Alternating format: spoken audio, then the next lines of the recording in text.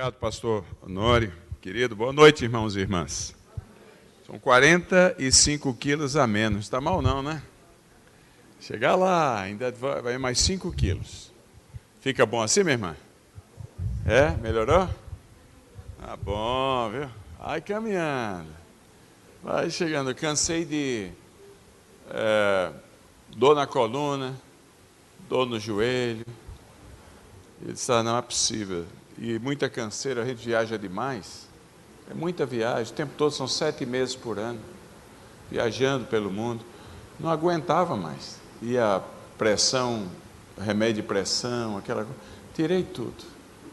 Graças a Deus. Só não tiro o apetite. Essa é cadeira cativa. Principalmente quando a gente vem aqui para Uberlândia, não é não, colega? Qual é o melhor suco que tem aqui na cidade, hein?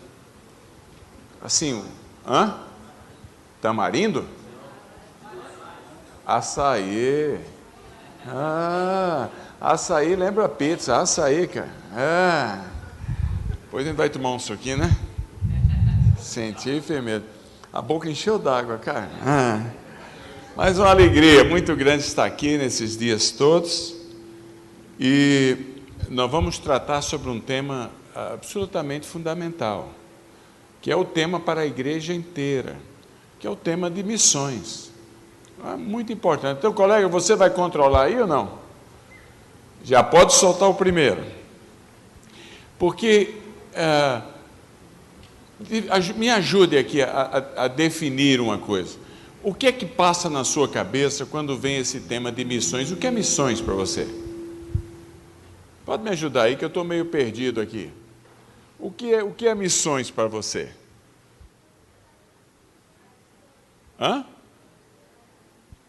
Alguém quer falar alguma coisa, não? Cumprimento de dever de quê? Bom, você está certo. É um cumprimento de dever. Foi não? Alguém falou alguma coisa?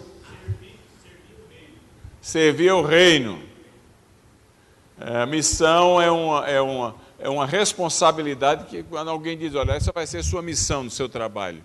Está dizendo que você tem que fazer o quê? Tem que cumprir aquela, você tem uma tarefa. Agora, missão na igreja é responsabilidade de quem?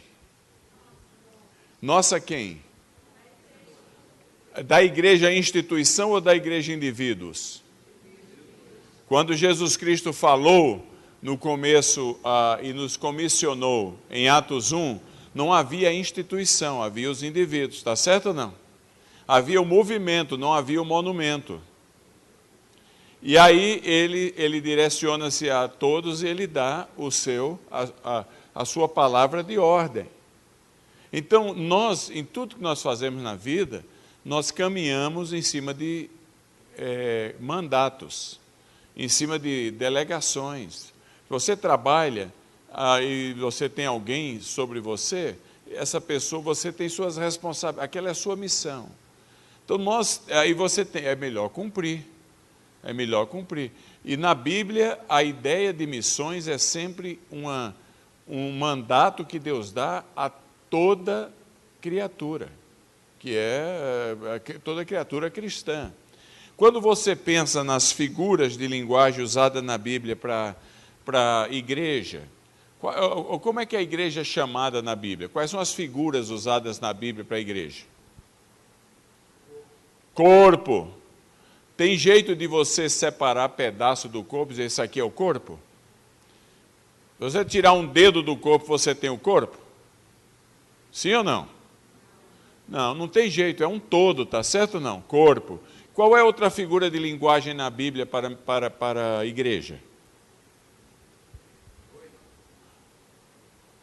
A noiva, não tem jeito de dissecá-la e separar e ter duas, é uma só. A figura do rebanho, a Bíblia não fala de rebanho? Rebanho é um todo, tanto é que quando uma ovelha se desgarra, o rebanho não é mais completo, você tem que trazer tudo de volta. Qual é outra figura de linguagem que é usada na Bíblia para a igreja? Alguém pode me ajudar? O que é a igreja? A Bíblia diz que a igreja é a família de Deus? Tem pedaço, a família não é um todo? Por mais que você às vezes não goste de algum parente seu, tem jeito dele deixar de ser sua família? Não tem jeito. O filho da gente, se dá trabalho ou se não dá trabalho, é filho, é a família, é um todo. A Bíblia fala que a gente é casa espiritual de Deus, não fala? Fala que é casa espiritual. Engraçado que a palavra para casa, no grego, é a palavra oikia, não é designado para parede, porque a igreja não é parede, é designado para pessoas. Então, Deus diz assim, quando eu e a minha casa serviremos ao Senhor, na Septuaginta do Antigo Testamento, eu e a minha oikia, que significa meu esposa, meu esposo, meu pai, minha mãe, meus avós, meu bisavó, meus filhos. Na verdade, naquela época, era até os animais que tinham na casa. Tudo que era propriedade da família, serviremos ao Senhor. Então, quando o carcereiro de Filipos se converte, em Atos capítulo 20, e Jesus diz assim, hoje entrou salvação para quem? Para ele, para a casa, para a oikia dele, para todo mundo ali. Havia uma promessa que Deus trabalha com todo. Havia uma promessa de que as bênçãos viriam lá.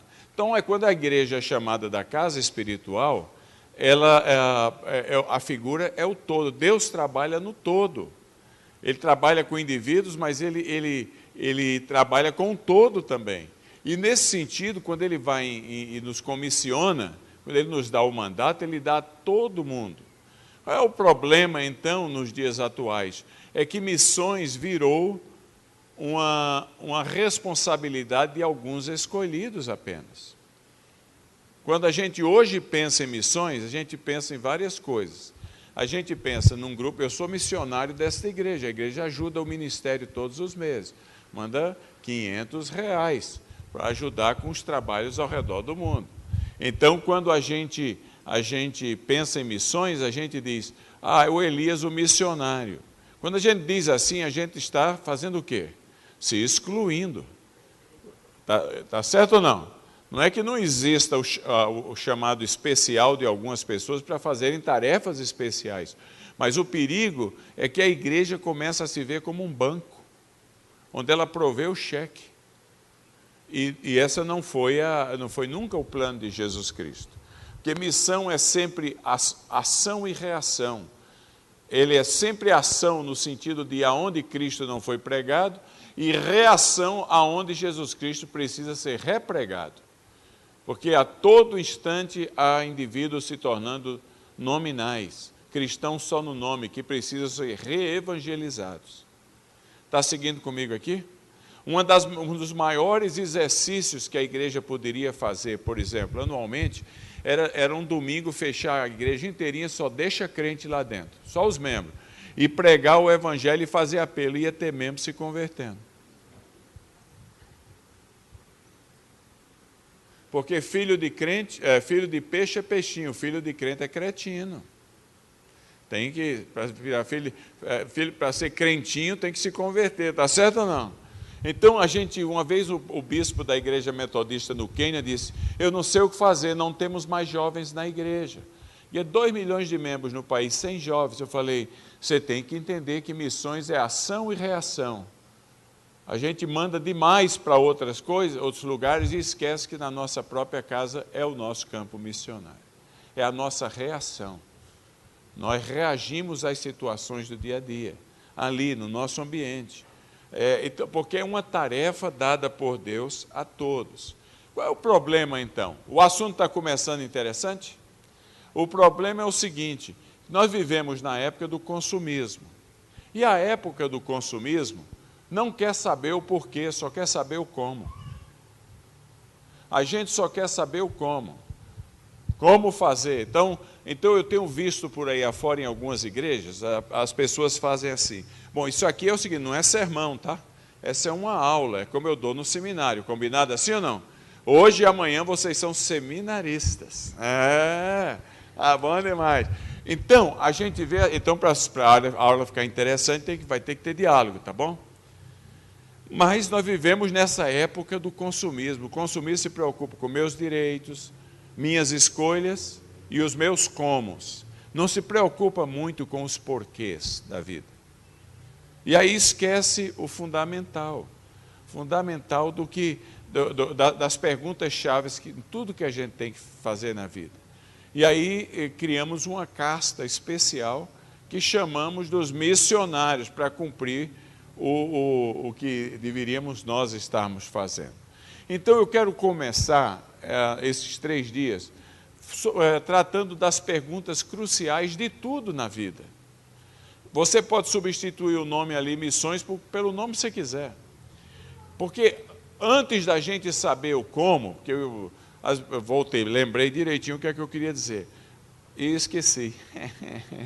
Já esqueci. Então, vamos seguir adiante que eu lembro de novo, tá certo ou não? Muito bem. Então, há essas perguntinhas aí que são absolutamente fundamentais. Porque antes da gente saber o como ou o que fazer, a gente tem que ter uma segurança do porquê a gente faz. Então, essas 5 perguntas eu adotei na minha vida para tudo. Para tudo. Porque se a gente pular direto para o como fazer, agora lembrei mais uma vez, não me deixe esquecer, hein? A gente fica como algumas igrejas que, olha, o que eu tenho escutado por aí afora é assim. Pessoas dizem assim, nossa igreja faz missões. Vocês já ouviram essa expressão ou não? Isso é o como. E teologicamente está tudo errado. Igreja não faz missões, igreja é missões. Você não tem jeito de fabricar o que está no seu DNA. No seu DNA. Já é parte da gente. Então, uma igreja que não é missões, ela fabrica uma coisa artificial e algumas até alardoam isso. Nossa igreja é muito missionária. Aí você pergunta, mas por que é missionária? Que ela mantém 20 missionários. Eu falei, quantos membros você tem? 20? Não, temos 600. Eu falei, então vocês são, na verdade, um fracasso missionário. Porque não estão entendendo que a coisa funciona. A igreja não faz missões. As missões acontecem fruto do nosso estilo de vida. Jesus nos mandou a caminhar. Se a gente não entender a gente mesmo como povo missionário de Deus, nós não estamos entendendo o propósito de Deus para as nossas vidas. Então, tudo começa com as perguntas-chave. Não adianta querer pôr o carro na frente dos bois. E as perguntas-chave são por quê? Porque o porquê leva ao o que fazer. E, finalmente, o como fazer. Então, essas perguntinhas aí, adote para a sua vida. Elas são tão importantes que eu peço aos meus alunos que memorizem. E se eles não memorizarem, não recebem nota. Não em missões, que em qualquer outra área da vida. Porque, olha, por que missões é tão importante? Se a gente não responder essa pergunta propriamente, não tem importância na vida da igreja. Eu tenho visto por aí afora que quando a coisa mais aperta, a primeira coisa que diminui na igreja é, entre aspas, a contribuição missionária. Nós fazemos congressos para digamos assim, para os chamados especiais, esses que vão para outros lugares, os missionários de outros lugares, que estão abandonados pela igreja. Ano passado nós pusemos juntos quase 200 deles, lá em Johannesburgo, 60 deles de uma única denominação, que havia mandado os casais missionários para o Cone Sul da África, para Botsuana, para Moçambique, para Angola, para a África do Sul, para a Malawi, aquela região ali, e depois de 3 anos retirou todo o sustento. Os casais de missionários com filhos, agora estavam lá, o tesouro mais precioso, que aprenderam a língua das tribos, aquele coisa toda, vivendo com $200 por mês.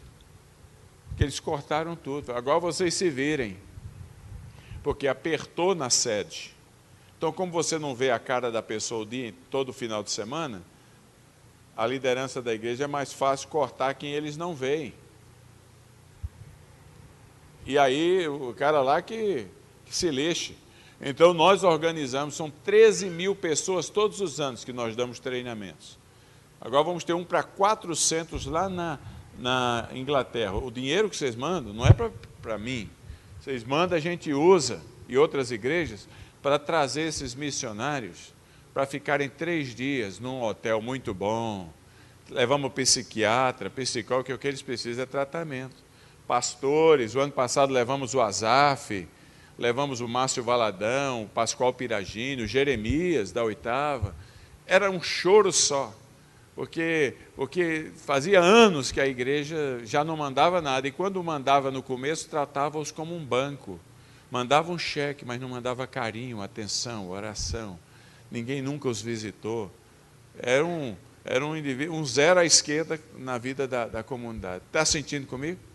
Por que isso? Porque não responde, não começa com a pergunta certa, já vão no como. Como vamos fazer? Vamos mandar 60 casais de missionários, e não pergunta o porquê. Porque se a gente entender o porquê, tudo mais muda na nossa vida. Então a primeira pergunta é: por que missões é tão importante? Que é o que vamos ver hoje. A segunda, que é uma pergunta que devemos sempre estar fazendo, é que se missões é tão importante ao ponto de que nós não podemos ser definidos como cristãos se não assumirmos que somos o povo missionário de Deus, como se Deus dissesse ao mundo, 1 Coríntios 5, mundo, reconcilie-se com Cristo. Nós dizemos, Paulo diz, é como se Deus dissesse ao mundo através de nós, mundo, reconcilie-se com Cristo. Por que é tão negligenciado? Por que é tão negligenciado? Terceira pergunta, o que de fato é missões? Vamos tratar aqui. Quarta pergunta, o que faz missões ser algo tão difícil? E finalmente, quinta pergunta, como pode ser melhor realizado? Você viu aí a ordem qual é? Se você, ao tomar decisões na sua vida, estabelecer essas 5 perguntas para as outras áreas da sua vida, tudo vai facilitar. Tudo ganha muito mais substância se a gente perguntar sempre o porquê primeiro. O porquê? Que aí, retendo essa resposta, você vai caminhando para frente. Tudo bem até aqui? Vamos ao segundo slide, por favor. Segundo slide aí, campeão. Vem a primazia do porquê. Se o porquê é o mais importante, porque se a gente entender direitinho o porquê nós fazemos, tudo fica mais fácil, então nós temos aí que considerar o porquê como a primazia das perguntas. O porquê conduz ao que fazer. E o que fazer, como fazer. Está seguindo comigo aqui? Então a pergunta é, por que missões? E convém a gente começar definindo as coisas na Bíblia. Porque numa classe de ação missionária, a gente tem que começar com as Escrituras. Por exemplo, primeira razão bíblica é o querer de Deus. Como é que eu sei que missões é o querer de Deus? O que vocês acham? Quem tem um versículo da Bíblia que pode fazer uma citação aqui que prove que missões é o querer de Deus? Ide por todo mundo. Não é uma maravilha uma coisa dessa? E pregai o Evangelho. No Antigo Testamento, tem algum, não? Hã?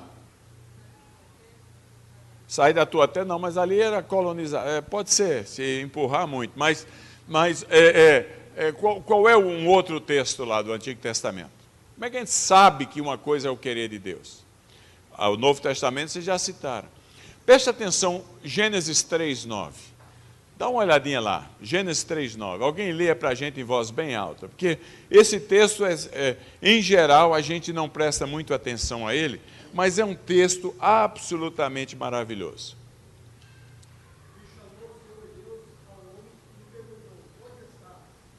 O que é que tinha acabado de acontecer, meu amigo? O pecado, tá certo? A queda. Então, Adão e Eva descobriram que estavam o quê? Para ver que estavam, pelo menos foi porque foi a lascívia que entrou na vida deles. Não é que eles eram cegos e não via que um estava pelado e o outro também estava pelado antes, mas o que não havia era a lascívia, o desejo ardente da carne. Eles eram felizes, eles não tinham todas as lutas possessivas que o pecado trouxe na área sexual da gente. Então eles caíram em tentação. Qual foi a cena seguinte? Depois da queda. É o versículo 9. O que é que acontece no verso 9? Há um sendeiro luminoso. Prata. Na garagem. É do Daniel. Não é do Daniel. Então, alguém pode tirar? Está na frente da garagem. Quem tem um sendeiro aqui? Então, é um mistério. Então, vê lá. Não é aqui, colega. Acho que é um mistério. Então, vamos lá. A cena seguinte. O que é que acontece após a queda no texto aí? O que acontece? Me ajuda, gente. É uma classe de seminário. O que é que acontece? Deus aparece. Deus aparece. É isso que acontece, não é isso? Hã? Peraí, ele direciona, ele fala com o macaco, aparece falar com o macaco ou fala com quê? Por nome. O que é que Deus estava revelando no diálogo com Adão? Deus sabia onde Adão estava? Ou ele foi pego de surpresa? Ou Adão conseguiu encontrar uma árvore que o tornou-se transparente e Deus não sabia onde Adão estava? Então, por que é que Deus pergunta essa pergunta mais inesperada possível? O Deus que sabe todas as coisas pergunta: ei, Adão, cadê você? Por quê? Porque Adão, como tipo da raça humana, precisava entender uma marca essencial da personalidade divina, da pessoa divina. Deus na Bíblia é sempre o Deus que busca. Ele sempre é o Deus que vai atrás. Ele não precisava ir, mas ele vai. É sempre o Deus que está atrás do outro que precisa dele. Isso é uma coisa lindíssima. Quando ele no Novo Testamento diz, ide por todo mundo e pregar o evangelho a toda criatura, é apenas a versão do Novo Testamento de Gênesis 3:9, do Deus que busca. Agora, qual é a grande marca do discipulado cristão? A marca do discipulado cristão é nós sermos conformados à imagem de Cristo. Não é assim que a Bíblia diz? Bom, se é assim, a imagem de Cristo é de busca. O Filho do Homem veio para buscar e salvar. Então não tem como a gente dizer que nós somos cristãos e não nos encaixarmos no querer de Deus. Porque o querer de Deus para o discípulo é que sejamos conforme a imagem dele. E ele é o Deus que busca. Tudo bem até aqui? Então, onde é o seu campo missionário? Tem que começar já a pensar aqui. Agora, vamos a uma outra ideia do Antigo Testamento. Jonas, o fujão, ele recebeu de Deus uma recomendação para ir para onde? Nínive. E onde é que ele estava? Onde é que ele foi pegar o navio? Hã? Não. Em Jope. Não é isso? Que aí ele pegou para ir para Tarsis. Ele chegou lá no porto e cometeu um equívoco. Comprou o bilhete errado. Agora, eu conheço Jope. E é interessante, porque essa cidade de Jope, quando você começa a ler a Bíblia, Jope é em Tel Aviv, é a parte norte de Tel Aviv. Lá tem é onde ele estava. Tem as ruínas, é lá onde... No Antigo Testamento foi Jonas, o missionário do Antigo Testamento. Ele vem até Jope e Deus disse, vai a Nínive. E ele resolve ir para outro lugar. E aí nós conhecemos a história. O que é que acontece? Ele termina onde? Na marra em Nínive, porque os propósitos de Deus não podem ser frustrados. Aí no Novo Testamento, qual é a cena que acontece na cidade de Jope? Alguém sabe?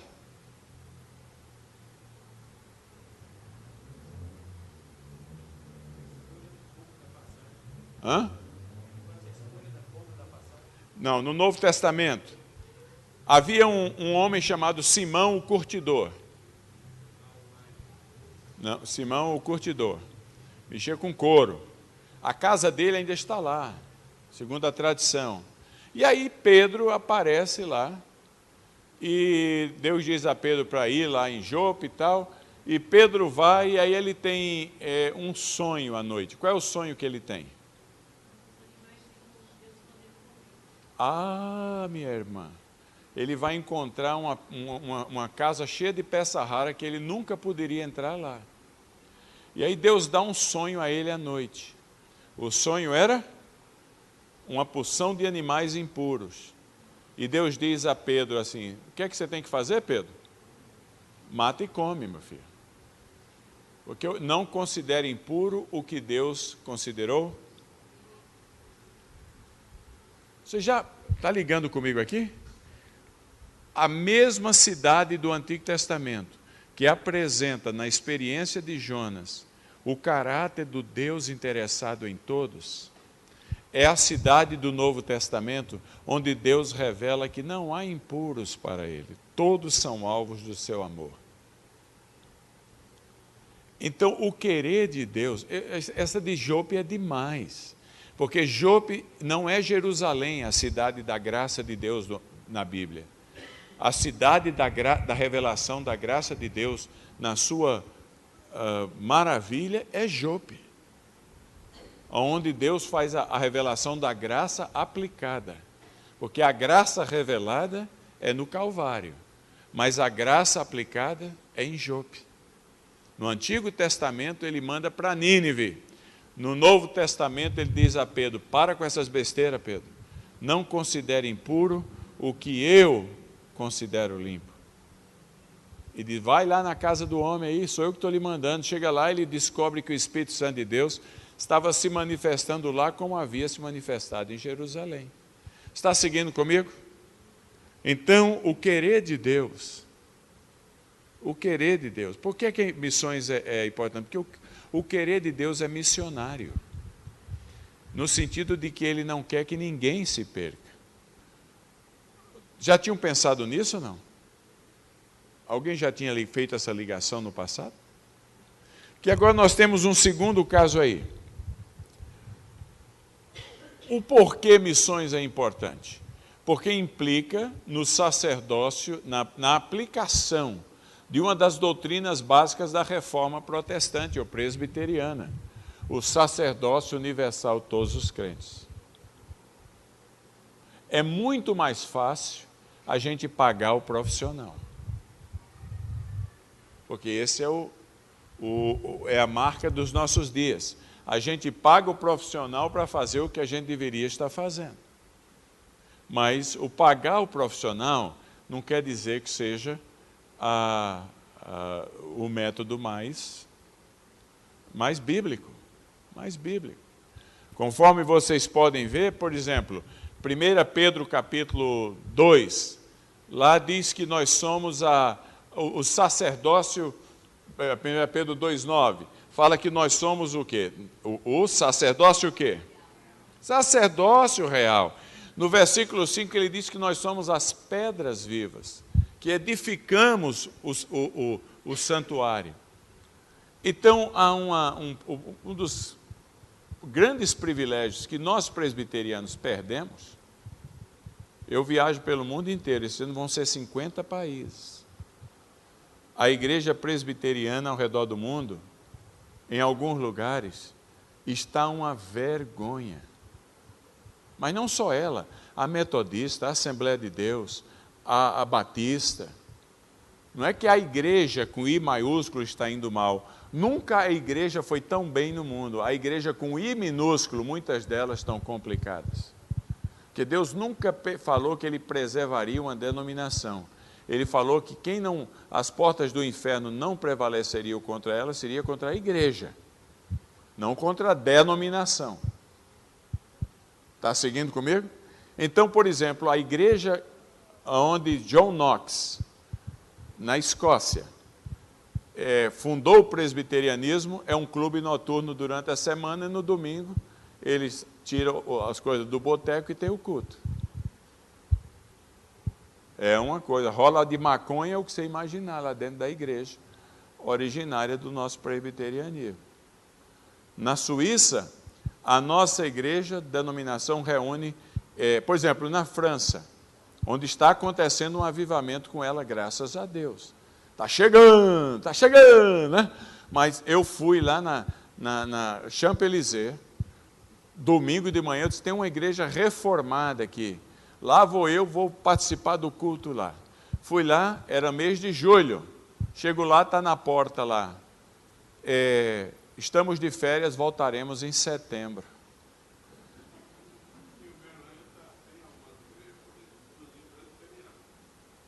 Uma fériasinha de vez em quando não é ruim não, mas o recado era de maio.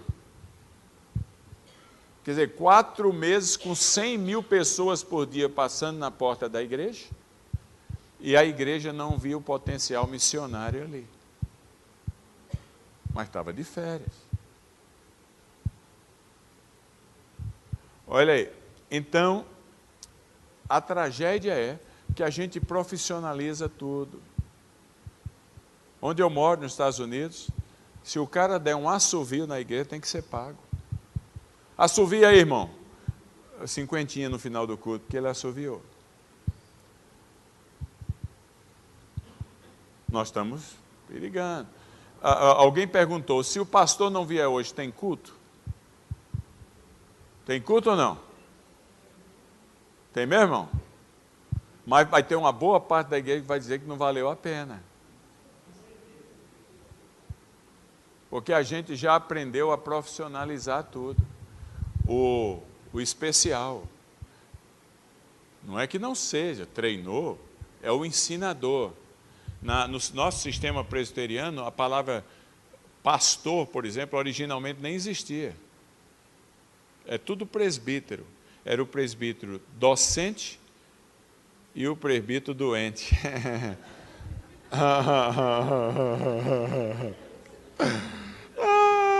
É uma dureza, viu?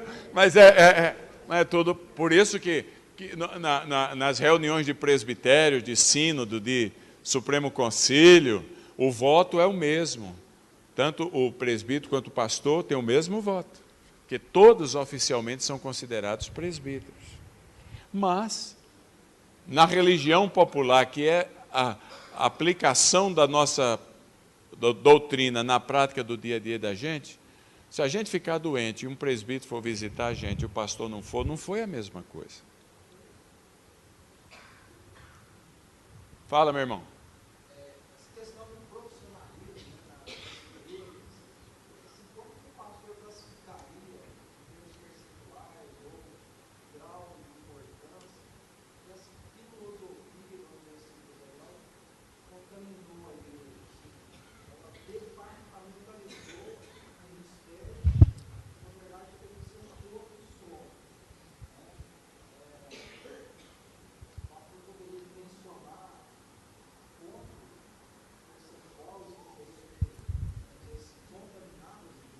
Mas não é culpa do pastor não, companheiro. Isso é culpa da... Tudo na vida começa como movimento e mais cedo ou mais tarde vira um monumento. Quanto mais monumento, menos movimento. Quanto mais monumento, mais você precisa dos profissionais para cuidarem do monumento. O movimento caminha... Quando a igreja está começando, tem um pastor? Claro que tem. Porque tem que ter um ensinador. A Bíblia fala, Deus concedeu uns para pastores e mestres. Tem que ter o pastor e mestre. Mas, quando ela está começando, o fogo é outro. Lembra disso ou não?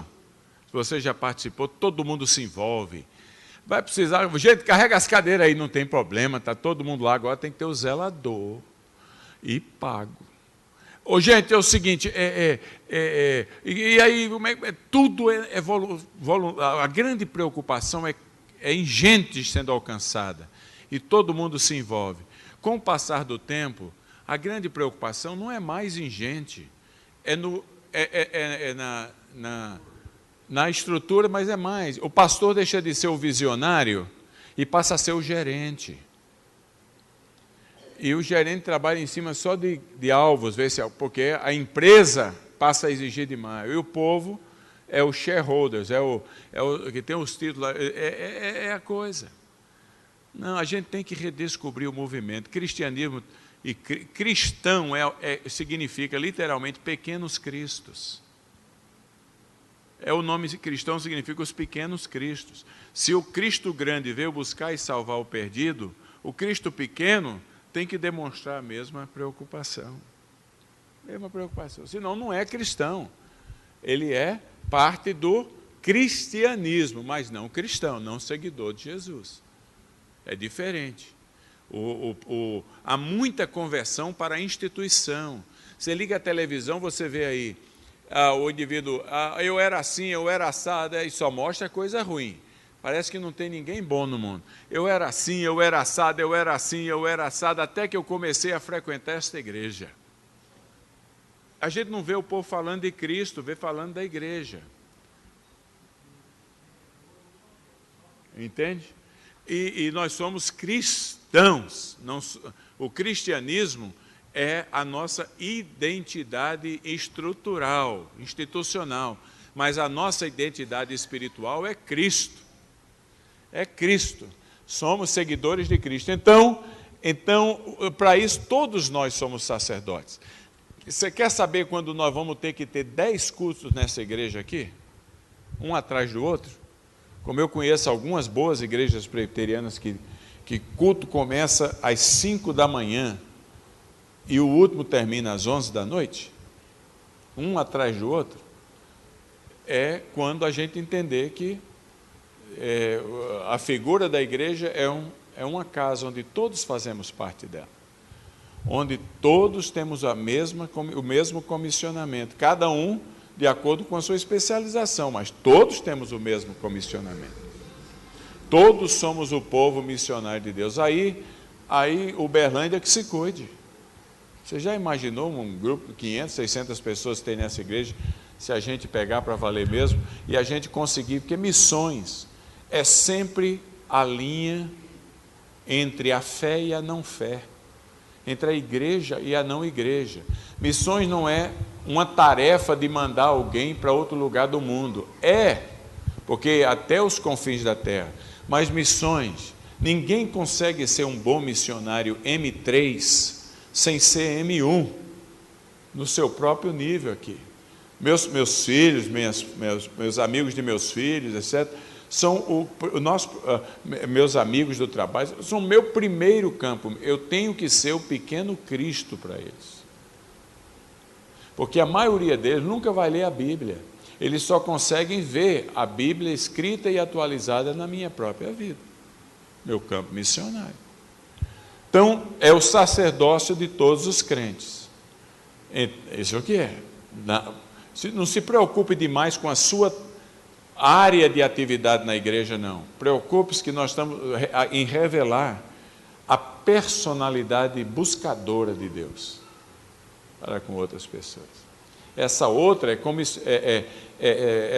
área de atividade dentro da igreja é uma questão de dons para o aprimoramento do serviço de todo mundo, para o bem-estar de todos. Isso é outra coisa.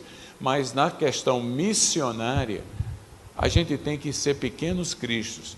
Em outras palavras, apresentar em dose pequena, porque ele não está no mundo inteiro, só Cristo está, o que Cristo é para o mundo inteiro. Está interessante assim ou não? Em vez de a gente ficar falando, vamos tratar aqui sobre o que Deus anda fazendo em alguns lugares do mundo para energizar a gente. Mas em vez de a gente ficar passando a fila de bandeira e aquele negócio todo, vamos começar com o dever de casa. Porque tudo começa em Jerusalém. Jerusalém tem que ser restaurada. Senão vai ficar só lugar de casa de câmbio, como era nos dias de Cristo, e venda de pombo, de coisa para sacrifício. Entende? Terceira coisa, missões. O porquê das missões? Não está muito cansativo não, gente? Está indo bem? Missões dignifica a você. Porque 1 Pedro capítulo 1, versículo 12, diz assim: que a tarefa de anunciar o Evangelho, há um grupo que está salivando querendo fazer. Mas olha, a baba cai da boca deles, doido para fazer. E a Bíblia diz que Deus comissionou, falou para eles lá, segura a saliva aí, passa o guardanapo na boca, mal educado, que agora a tarefa vai para outros. Que grupo é esse que está salivando? Os anjos, está lá, 1 Pedro 1,12. Agora, se os anjos chegassem aqui e começassem a pregar, como tem acontecido em alguns lugares, onde a igreja está proibida de pregar, eu vou compartilhar alguns casos agora que eu me encontrei, eu não posso citar agora, porque talvez no final, onde é anjo mesmo pregando,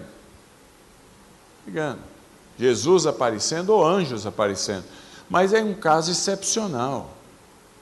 Então aqueles lá não estão salivando, aqueles lá estão em ação, mas em geral, 1 Pedro 1,12 diz que os anjos gostariam de anunciar, mas Deus deu o privilégio a gente. Isso é dignificador demais. Não importa se você tem um PhD ou você só tem um D. Levou um pau na escola, um D. Mas não importa, você foi dignificado ou dignificado pela graça de Deus para uma tarefa que os anjos... Miguel, vai desculpar, Miguel, mas dessa vez você passa. Eu vou dar essa tarefa para o Antônio. Tem certeza, Senhor? Estou pronto. Ô, arcanjo, fica na sua aí, aqui quem manda sou eu. Vai para a Ana. Olha que coisa fenomenal. E, em geral, são as pessoas mais simples. Porque Deus desenvolveu uma especialidade nessa dignificação. Ele desenvolveu a especialidade de usar os que não são para confundir aos que são. Os maiores missionários da história da igreja não eram, Deus os fez. Quem era Jesus? Filho de um carpinteiro. Pedro, um pescador. William Carey, coitado lá do interior da Inglaterra. São Patrício, grande evangelista da Irlanda, um indivíduo foi 7 anos escravo. Os missionários que conquistaram a ilha de Santa Cruz e São João no Caribe, durante as ilhas holandesas, 2 jovens que se voluntariaram para ir como escravos, porque só aceitavam escravos lá, vieram lá da República Tcheca. Ninguém escuta falar neles, mas quando a Holanda abriu as 2 ilhas para o pessoal poder comprar terra, e lá a igreja mandou o pessoal, vai ver o que aconteceu com esses 2, 21 e 23 anos de idade, 25 anos depois nos encontrou vivos, trabalharam 25 anos plantando e cortando cana-de-açúcar, mas encontraram uma igreja com 25 mil membros adultos batizados nas 2 ilhas. Deus usa os que não são para confundir os que são. Ele dignifica a gente. Então, quanto menor a gente se achar, maior é a gente aos olhos do potencial divino. Não é uma coisa maravilhosa? O indivíduo que diz, eu sou bom, fui treinado para isso, vai ser muito pouco usado por Deus, mas vai ser muito usado pela instituição. Mas o que diz assim, tudo que eu sou pela graça de Deus, Deus vai fazer esse indivíduo grande na mão dele. É assim. A ótica de Deus é diferente. Tudo bem até aqui, chefe? Amém. Amém nós todos, então. Então, não perca o privilégio da dignificação divina. Não aceite nada além da dignificação divina, senão a gente se contenta com a mediocridade. E não foi para isso que Jesus nos fez pequenos cristos. Muito bem, qual é o próximo aí? É a única maneira de quê? Opa, não, volta. A quarta razão por que missões? É porque é a única maneira de manter o nosso foco correto. Sem autopromoção ou autoflagelamento. Porque é o seguinte, meus irmãos, na vida da gente, nós vivemos tão... A maior tragédia na igreja é quando você diz um bem feito para alguém. Todos nós precisamos receber o bem feito, porque se ninguém disser bem feito para a gente entra numa depressão, mais cedo ou mais tarde. Porque a Bíblia diz, dá honra a quem merece honra. Porque quando ele não diz o bem feito e começa a dizer o mal feito, eles dizem mesmo. Então, mas aí um amigo meu, Os Guinness, escreveu um livro chamado A Chamada. E ele disse que o bem feito é bom demais. Tem coisa melhor do que fazer uma coisa e o pessoal dizer para você, olha, parabéns, bem feito, não é bom? O que é que vai acontecer na próxima vez? A gente faz com dobro esforço. Tá certo ou não? Que é bom demais, dar honra a quem merece honra, é uma prática em extinção na igreja.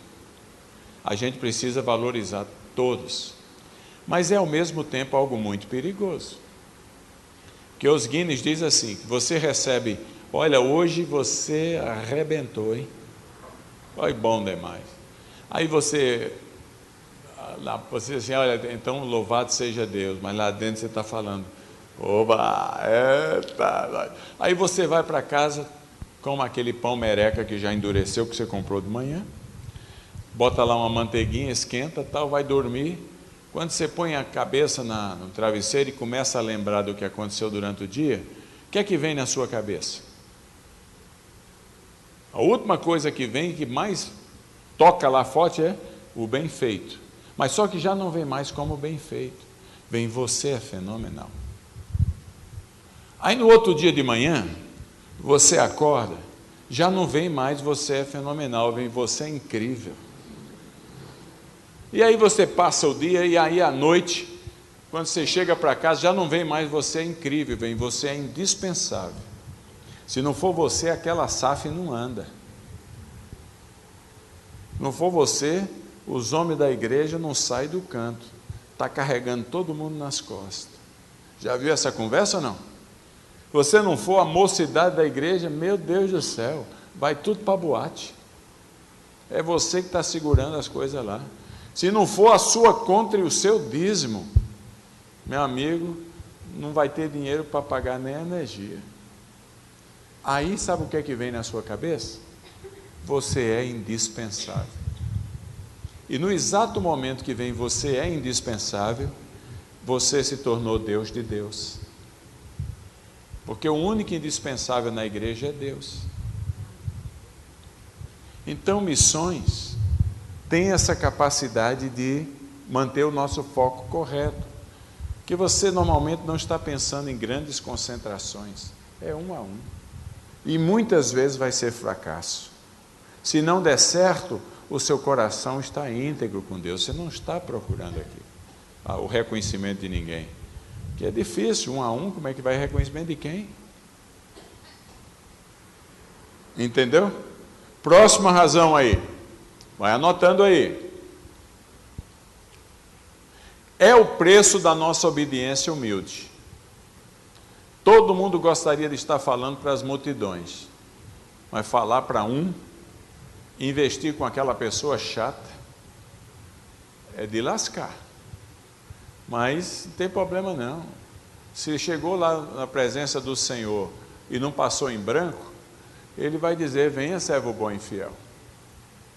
Venha servo bom e fiel. Multidões fica para dotados especiais, para quem tem algum dom especial do Espírito Santo de Deus, para as multidões. O cristianismo nunca cresceu no mundo fruto de cruzada evangelística. O cristianismo sempre cresceu no mundo fruto do um a um. Um a um. É assim que a coisa vai, olha aí. Obediência humilde. Pensa comigo aqui um caso no Novo Testamento de obediência humilde. Quem é que você conhece no livro de Atos que teve uma mudança radical de quantidade de gente que estava alcançando? De uma cena para outra. Sabe de alguém ou não? Vamos lá, gente. Paulo? Não, teve um outro mais dramático ainda. Quem foi? Filipe. Capítulo 9 de Atos. Um dia Filipe está em Samaria, pregando, diz a Bíblia, para as multidões. Oh, como eu queria ser Filipe em Samaria. A Bíblia diz que os enfermos chegavam perto dele e a doença ia embora. Os endemoniados chegavam e pediam misericórdia, que era tudo liberto, mas devia estar sendo uma sensação. Vamos falar a verdade. Já pensou? Quem é que não gostaria? A gente fica doido para isso acontecer com a gente, tá certo ou não? Fica aí, o que é com essa doença? Câncer, tem problema, em nome de Jesus está curado. Eu estou aqui de paralítico, levanta e anda. Oh, meu Deus do céu. Às vezes eu pergunto para mim mesmo, meu Deus, por que a gente vê tão pouco isso hoje em dia? Eu fui paralítico, eu ando hoje. Eu sou a prova de que Deus age, mas a gente vê tão pouco. Tá certo ou não? Mas Filipe estava lá, diz que as multidões estavam com ele, no meio do bacanão lá, a coisa estava caminhando, multidões, o texto diz que multidões em Samaria. Acontece uma coisa tremenda. De repente o Filipe, velho de guerra, companheiro, que estava falando e abafando, que a Globo estava dando cobertura direto, que os políticos estavam tudo vindo atrás dele, que os hereges do judaísmo, das outras religiões ali, e das religiões de Samaria, estava tudo preocupado, porque todo mundo estava abandonando. A cena seguinte do Filipe é onde? No deserto. Um calor miserável. Lá no norte, na verdade era no deserto, em direção a Gaza. Uma depressão, uma depressão geográfica, um calor miserável. Eu peguei 53 graus lá, nunca peguei tanto calor na minha vida. A água dentro da garrafa ferveu, ficou quente, porque eu deixei ela no chão, esquentou tanto que borbulhava. Aquilo é um inferno. O homem estava em Samaria, meu Deus do céu. Na cena seguinte ele está sozinho. Sozinho. Essa é a beleza das missões. É que o vento sopra onde quer. A gente pode estar ali, mas Deus pode levar para o outro lado. E aí o que é que acontece? Lá vem um homem, numa carruagemzinha. Não era nada sensacional, mas era um eunuco. De que lugar do mundo ele era? Da Etiópia. Um eunuco. Eunuco, você sabe o que é, né? Um capado. Lá vem o eunuco. O bicho tinha tirado a capacidade dele de fazer filho. E lá vem ele é igual um boi aí que quase vira vaca. E lá vem, lendo a Bíblia. E aí ele fala e ele vai e diz, o que você está lendo aí, amigo? Porque acaba sozinho no meio do deserto, deve ter ficado curioso com o outro que estava a pé. Parou, o que você está lendo aí, amigo? O que você está vendo? Estou lendo aqui um texto de Isaías. Posso sentar com você aqui e explicar? Começa a explicar. O que aconteceu com o etíope? Se converteu e foi batizado. Deve ter sido com pouca saliva. Porque não tem muita água profunda ali, não. Mesmo oásis não tem. Então ele é batizado ali, tá certo? E toda a história acerta, dizendo que se tornou o pai da igreja etíope. Se você vai na Etiópia, a Etiópia é um país fenomenal. É maravilhoso. Mas o norte da Etiópia em particular, perto com a fronteira de Sudão, tem igrejas do segundo século, que são cavernas. O povo com igreja, até hoje existe. São os primeiros descendentes, filhos daquele indivíduo que o Filipe pregou. Aquele eunuco, o capado, que se converteu e, através dele, uma igreja que já vai com 2000 anos foi estabelecida. São milhões de pessoas hoje. Então, mantém a gente, olha aí, mantém a gente com o nosso foco correto. O Filipe não deu, a autopromoção para ele era Samaria, não era o meio do deserto. Mas, outro lugar, por exemplo, a Bíblia fala do Areópago, não fala do Areópago? Lá em livro de Atos, capítulo 10, Areópago, eu fui lá no Areópago. Areópago é um monte de pedra, são 6 pedras grandes, mais ou menos uns 100 metros mais baixo do que o templo de Atenas, em cima do monte. E eu queria ir lá, eu chorei ali profundamente, muito tocado. O Espírito Santo de Deus falou comigo profundamente quando o Global Kingdom estava começando, sobre pequenos começos. Porque Paulo pregou, Paulo estava saindo de Samaria saindo dentro de um cesto, porque as multidões estavam se convertendo, fazendo aquele negócio. A cena seguinte, o homem está lá pregando nas ruas de Atenas. E aí diz, venha falar aqui para os homens aqui da cidade, os líderes. Ele vai, prega lá um sermão maravilhoso, um convertido. O Areopagita. E eu disse, que fracasso.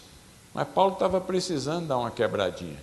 Então, um fracasso, aparentemente aos olhos humanos.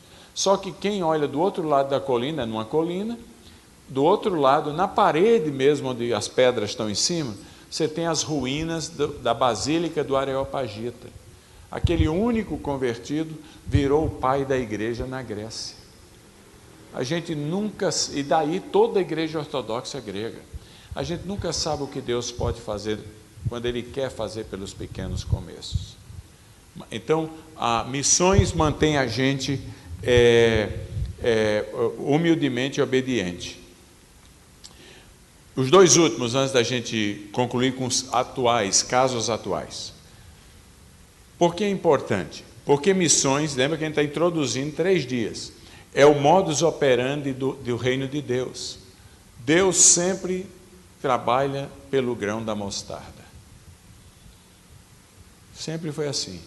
É provável que... Quem aqui foi o primeiro convertido na família?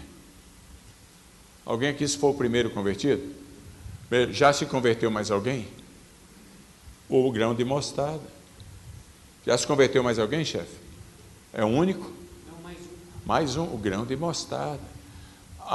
Quem é a segunda geração, que os pais se converteram primeiro? O grão de mostarda. Está entendendo o que estou querendo dizer? A árvore, Deus não trabalha com a árvore pronta. E missões é sempre na simplicidade. É algum colega de trabalho seu, é algum parente seu, algum amigo seu. É o grão de mostarda. Aquele amigo pode se transformar no etíope ou no Areopagita, a gente nunca sabe. Porque Deus é especialista no grão de mostarda. Então, missões sempre começa com as pequenas coisas. E a Bíblia diz, ninguém despreze os pequenos começos. E, finalmente, dentro disso aí, missões é uma das poucas coisas que permitem a renovação da igreja. Porque, com o passar do tempo, a igreja, quer queira, quer não, vira um monumento. Por exemplo, se resolveu... Quantos anos tem essa igreja, pastor Honório? 53? Então, olha que vocês são uma igreja atípica, vocês são uma igreja maravilhosa. Mas se resolver tirar todos os bancos e botar a cadeira aqui, vai dar rolo?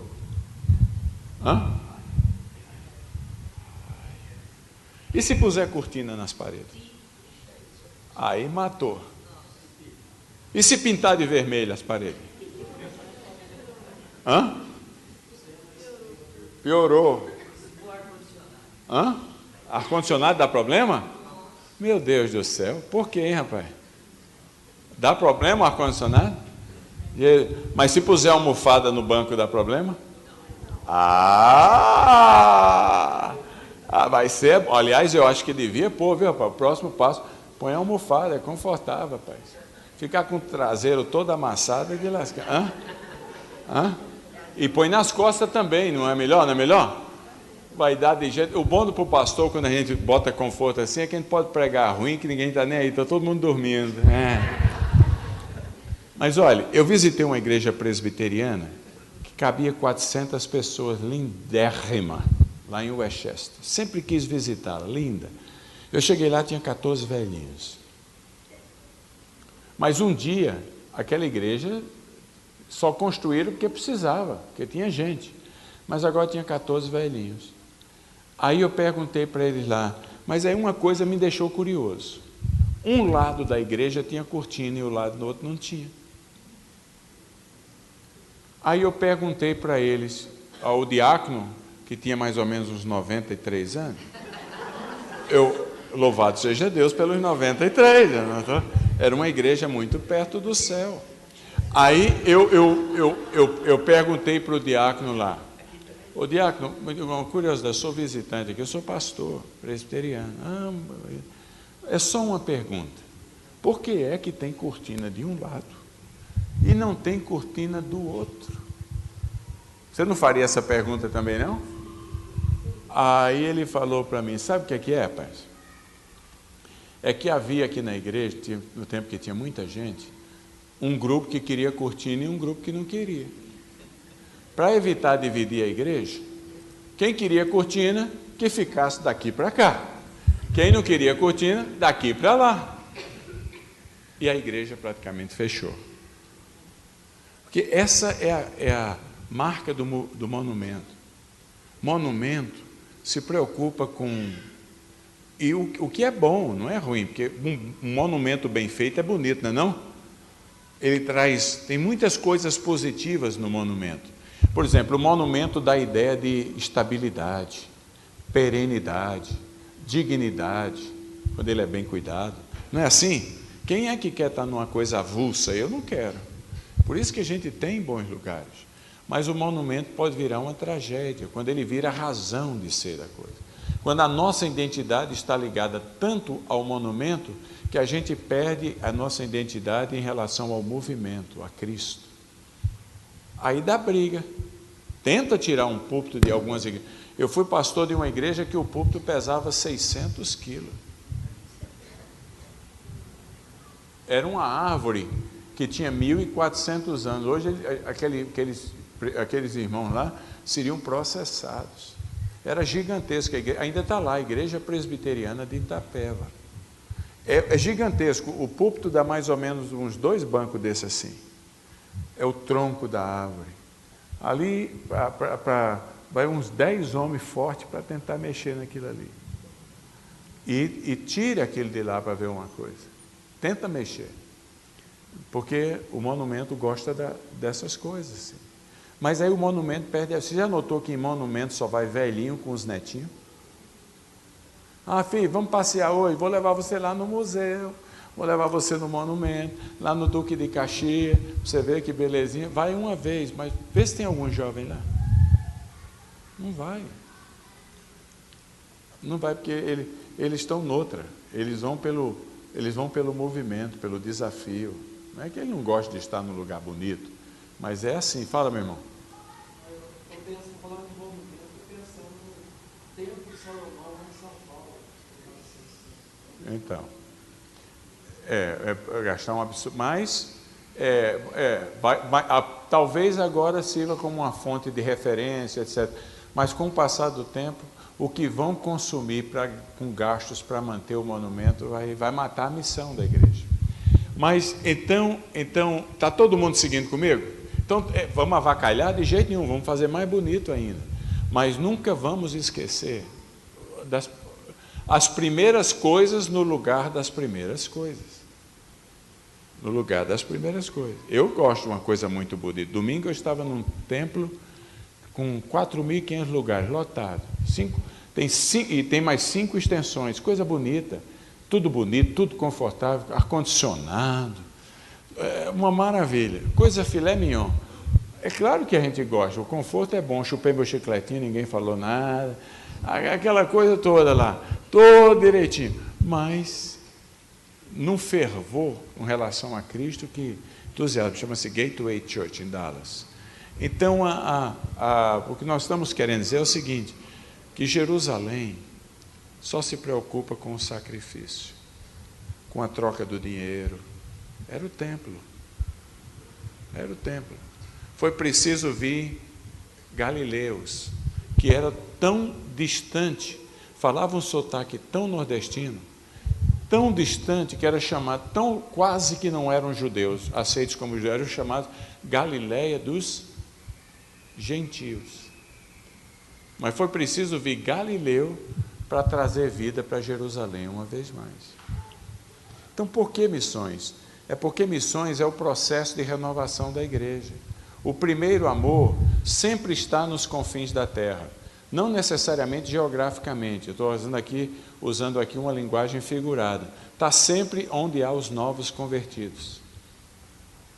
E aí, linearmente, seria onde o cristianismo está sendo pregado hoje. Aí os imigrantes vêm e chacoalham a gente toda. Chegou aí bastante imigrante de Gana, depois da Copa do Mundo. Há um avivamento em Gana. E eles escolheram, os que ficaram aqui, os 600, escolheram ficar no Rio Grande do Sul, onde aquela alemãozada está morrendo, lá naquela serra. Quem sabe Deus vai trazer um avivamento com os ganenses lá. Que eles são os confins da terra que vieram para Jerusalém. Riquíssima a igreja batista alemã. Mas, nas serras gaúchas, riquíssimo. Mas não tem mais jovem. Mas tem os templos que, meu Deus do céu. Mas agora chega lá aquele grupo de africano lá, que dança o tempo todo, que faz tudo, que faz não sei o que dá. Você vai ver o que vai acontecer. Confins da terra restaura a vida de Jerusalém. Novos convertidos são o sangue indispensável para fluir nas veias da igreja, para manter a igreja viva. E os novos convertidos vêm através do processo missionário da igreja. Tudo bem? Achando interessante? Podemos terminar com uma coisa aqui. Para não terminar no seco, eu vou contar alguns casos aqui, tá bom? Porque aí a gente continua a partir desse aí, tá, colega? Olha,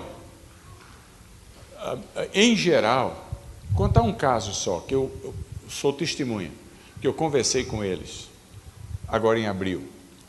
Em geral,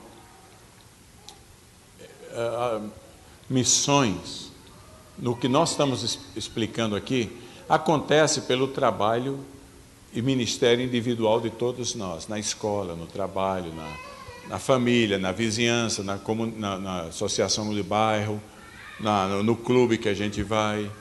É a nossa presença na padaria onde a gente compra o pão. Se você começar a frequentar uma padaria nova demais, na primeira vez ninguém nota, na segunda vez ninguém nota, na terceira, na quinta vez, alguém vai perguntar: o senhor ou a senhora é nova por aqui? O contato foi feito missionário. Você cria os seus pontos de missão. Não sou novo não, mas agora estou comprando aqui. Ah, tá bom, vai para casa. Ou já voltou aí, mas como é o seu nome? Já começou, com mais cedo ou mais tarde você tem a oportunidade pela permanência de ser o seu campo missionário.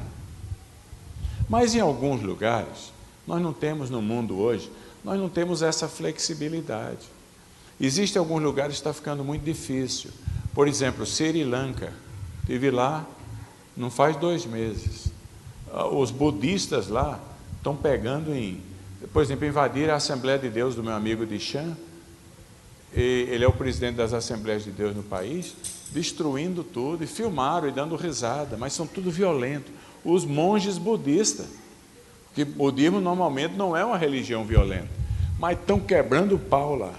E a igreja sofrendo perseguição. Por exemplo, a igreja sendo assim muito oprimida no Laos, que é um país hipermeavelmente fechado, muito oprimida. Ou um amigo meu, pastor Mohamed, na Mauritânia. A Mauritânia tem 30 crentes no país inteiro, 30. Todos 30 vieram a Cristo porque Cristo apareceu para eles. E eu tive a oportunidade de conhecer o único pastor da Mauritânia, cujo nome é Maomé. É porque não é que extraordinário, não é porque não tem outro nome lá. Os homens se chamam Mohamed, Mahmad, Ahmed ou Mahom. É tudo a mesma coisa. Então, ele queria mudar o nome. Eu falei: não faça isso. Porque eles, quando se converte, fica com ojeriza com o Islã, que é uma doutrina horrível. Então, eles querem até mudar o nome. Eu falei: não, mantém teu nome. Só o teu nome já vai levar o povo a perguntar como é que pode um Mohamed ou Maomé ser cristão. Entende? Mas todos os 30 perderam o emprego e foram botados para fora de casa. Em alguns lugares a coisa não é fácil. Esses dias atrás, eu estava lá no Egito, agora em abril, e encontrei, vou contar 2 casos, aí termina, tá bom? Sobre missões, porque a gente faz o possível, Deus é quem faz o impossível. Você só pode ir até um certo lugar, você não é Espírito Santo. Você só pode ir até onde você pode ir. Em alguns lugares, a única coisa, até onde você pode ir é só amando as pessoas, porque se você falar, você morre. Então você ama as pessoas e deixa que Deus faça o impossível. Em outros lugares, como o Brasil, a gente pode amar e falar, mas você não pode converter. Só Deus gera uma criatura nova. Só Deus. A obra é de Deus. A gente é cooperador. Então, mas lá não, lá a barra é pesada. Pois é. Me encontrei com o imã Abdallah. Eu não, como está gravando, eu não posso dizer a região. Não, só não vou dar o nome da região. Ele era, e o segundo da linhagem dele lá, ele era o maior terrorista do Egito.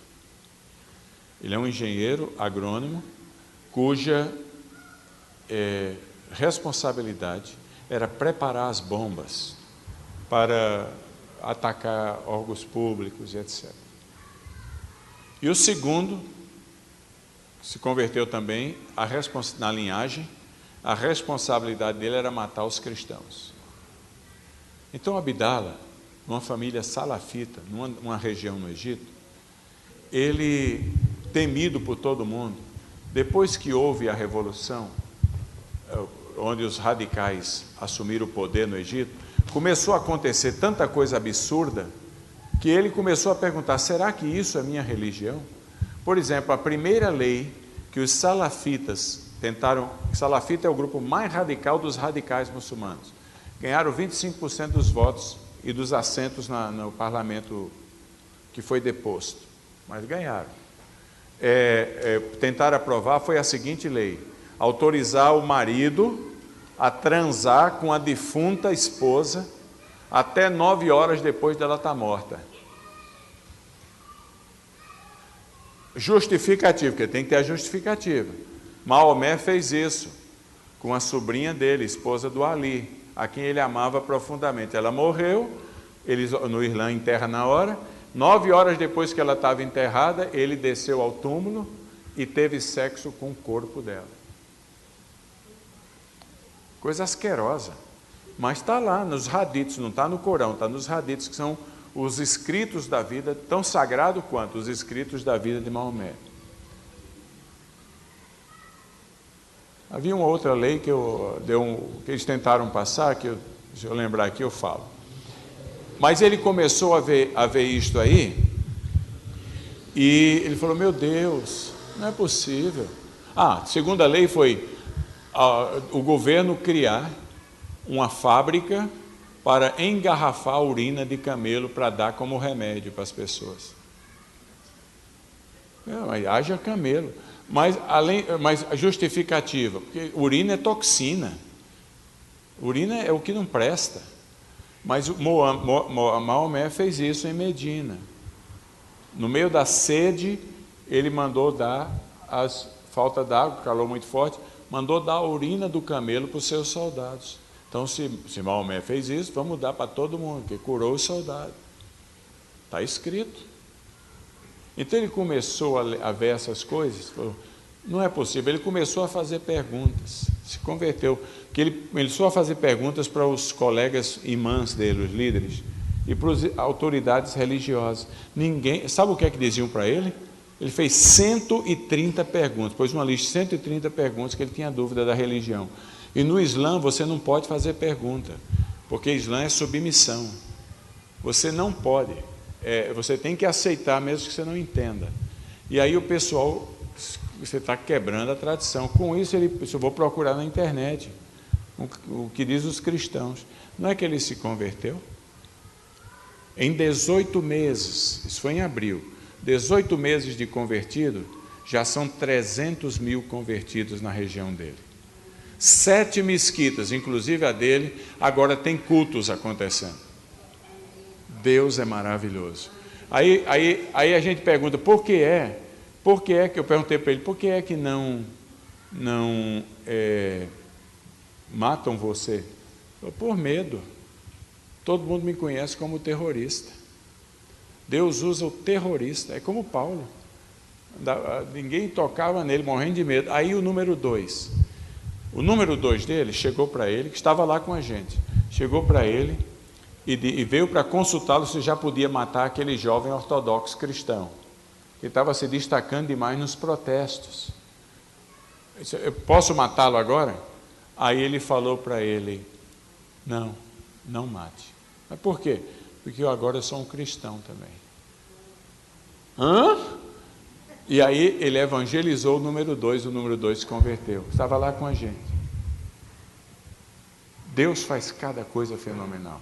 Mas aí, por outro lado, havia um terceiro, que vieram 8. Esse não era terrorista, esse era um homem de negócio. Presta atenção, que eu vou terminar com ele. Você vê o drama do que Deus está fazendo no mundo. Esse cara, filho de uma família salafita, casou com uma salafita, filha de família salafita, quer dizer, dos mais radicais. E começou também, na Revolução, 4 milhões de egípcios abandonaram o Islã. Porque viram esses absurdos acontecendo. Isso não pode ser minha religião. Abandonaram, ele foi um deles. E começou a procurar a resposta na internet também. Mas lá, ele disse à esposa dele que estava grávida. Como sabia que ele estava vendo sites cristãos, ele falou, no meu escritório você não entra. E ela não entrou, ela grávida. Mas aí ele começou a ser doutrinado pelo Samé Maurice, que parte do que vocês dão aqui ajuda, e dos outros pastores brasileiros, a pagar a confecção dos episódios de televisão chamado Escola de Cristo, lá no Egito, que é 1 hora de episódios ensinando o cristianismo para muçulmanos. São 5 milhões de muçulmanos checando todos os meses. Aí ele começou a procurar e se converteu. Aí ele teve que ir a Dubai, porque ele tinha negócios em Dubai. Presta atenção, você vê o drama. Mas como Deus age. Enquanto ele estava em Dubai, a esposa entrou no escritório e viu tudo lá. E falou para o irmão dele. O irmão dele chegou para ele, homem casado já. O irmão dele chegou para ele e queimou o rosto dele com ponta de cigarro. Ele tem o rosto queimado com ponta de cigarro, coisa aqui. Você agora virou cristão? Ele falou, não, e queimava. Falou, não, virei não. Ele negou Jesus. Negou Jesus. Para não morrer ali. O irmão foi embora, o irmão falou, aí nesse espaço nasceu os gêmeos, os filhos dele. A esposa foi ter os filhos lá na casa da mãe dela, na vila da casa da mãe dela, que era uma região salafita. Nasceram os gêmeos. Aí o irmão falou para ele, se você realmente não é cristão, isso é coisa verdadeira, eu estava lá conversando com ele, ponha tudo que você tem no nome dos seus filhos. Ele, com medo, colocou as propriedades, a empresa, tudo no nome dos filhos. E o irmão foi embora, assinou tudo. O Espírito Santo deu a convicção do erro que ele havia feito, do pecado, negou Jesus, está certo? E aí ele resolveu não negar mais. E aí veio o recado do irmão dele, vou lhe matar. Que lá mata mesmo, vou lhe matar. E da família dela, vamos matar, é uma questão da manutenção da honra na família. Uns amigos meus, eu não posso dizer quem é aqui, porque tem casas de refúgio para cristãos novos que a família está querendo matar, ou o povo quer matar. E o levou para lá e ele veio para conversar comigo.